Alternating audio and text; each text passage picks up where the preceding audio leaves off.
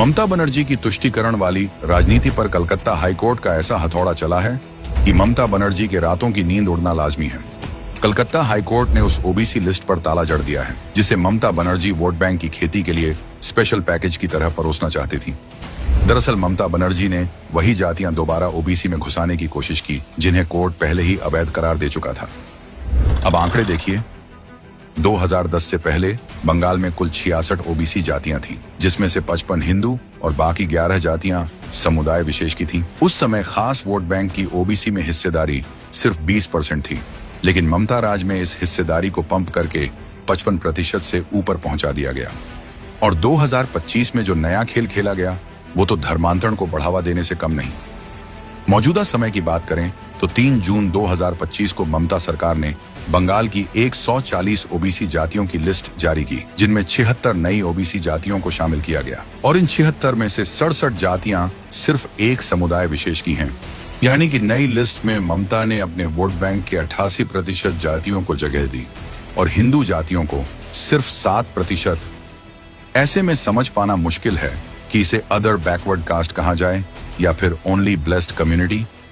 आपको बता दें कि ओबीसी को 2 कैटेगरी में डिवाइड किया जाता है, अति पिछड़ा यानी कैटेगरी ए और पिछड़ा यानी कैटेगरी बी। 76 नई जातियों में से 35 को कैटेगरी ए में रखा गया है, जिसमें से सिर्फ 2 जातियां हिंदू समुदाय से हैं और बाकी की 33 जातियां खास वोट बैंक से। इसी तरह कैटेगरी बी में टोटल 41 जातियों में से सिर्फ 7 जातियां हिंदुओं की हैं और बाकी के 34 जातियां समुदाय विशेष की। इसका मतलब ये हुआ कि ओबीसी जातियों के लिए संविधान में 27% जो आरक्षण तय किया गया है वो 27% आरक्षण इन 140 समूहों को मिलेगा, जिसमें समुदाय विशेष के लोग भी होंगे।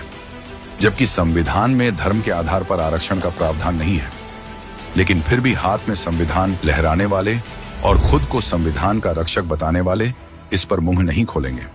क्यों? क्योंकि वोट बैंक का मसला है। मोदी जी बार बार चेताते रहे कि दीदी ओबीसी आरक्षण को अपने वोट बैंक में बांट रही हैं और अब कोर्ट ने इसे साबित भी कर दिया।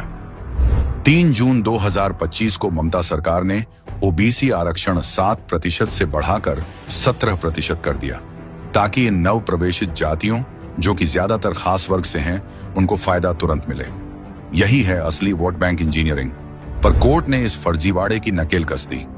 मार्च 2024 में ममता बनर्जी ने 83 जातियों को सेंट्रल ओबीसी लिस्ट में घुसाने की कोशिश की, जिसमें 73 जातियां खास समुदाय की थीं। नियत एक ही थी, केंद्र सरकार की नौकरियों में भी अपने वोट बैंक की घुसपैठ करवा दो। अब आप ही सोचिए, क्या ये सामाजिक न्याय है या वोट बैंक आरती? क्या ये समानता है या तुष्टीकरण की टेढ़ी टोपी? ममता ने तो जैसे बंगाल को एक मजहबी लैब बना दिया है, जहां हिंदुओं के आरक्षण को भी वोट बैंक हवाले किया जा रहा है। अब वक्त आ गया है दीदी के वोट बैंक के तिलिस्म को तोड़ने का। इसलिए एकजुट होइए, जागिए और अपने वोट से ऐसा बटन दबाइए कि तुष्टीकरण करने वाली पार्टियां बंगाल में चुनाव लड़ने की हिम्मत ना कर पाए।